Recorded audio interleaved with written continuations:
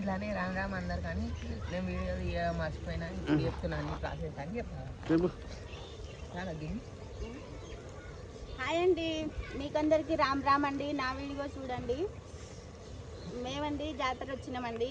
ఒక జుట్టుకోడి తీసుకున్నాము. జుట్టుకోడి తీసుకొని కట్టెల పొయ్యి ముట్టించినామండి.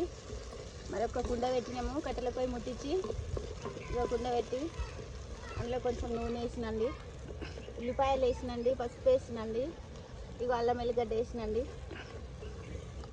చూడండి కొడండి, మేము 1 కిలో కోడే తీసుకున్నామండి.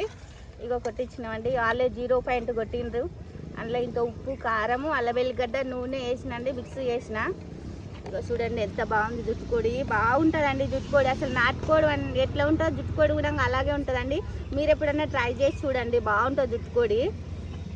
ఎర్రగా అయిపోయిందండి. ఇంకో ఇప్పుడు చూడండి ఈ కలిపి పెట్టిన చికెన్ వేస్తున్నా నేను.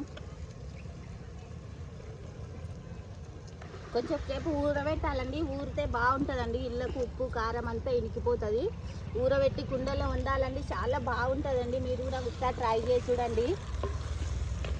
అసలు ఈ టేస్ట్ నచ్చింది అనుకోరి, మీరు అసలు ఎప్పుడు ఇలాగే వండుకోవాలనిపిస్తుంది మీకు కూడా. సరిగ్గా ఒకసారి ట్రై చేసి చూడండి. కుండలో కూర ఎంత బాగుంటుంది అంటే చాలా చాలా చాలా బాగుంటుందండి కుండలో వండితే. ఈ కాలంలో ప్లాస్టిక్ వాడొద్దండి. ఏదో ఒకటి కానీ కుండలో చేసుకుంటున్నా నేను. ఇగో ఇప్పుడు మొత్తం వేసి ఇట్లా తిప్పుకుందండి. ఇగో గరడ కూడా ఇట్లాంటిదే ఉండాలండి దీనికి. వేరేదైతే కుండ పగిలిపోతుందండి. ఇప్పటికీ కుండలలో ఎవరు అనుకుంటున్నారో కామెంట్ చేయాలి. మా నాయనమ్మలండి ఎప్పుడు ఇలాగే వండుకునేదండి. నేను మా నాయనమ్మని చూసి ఫాలో అవుతుందండి.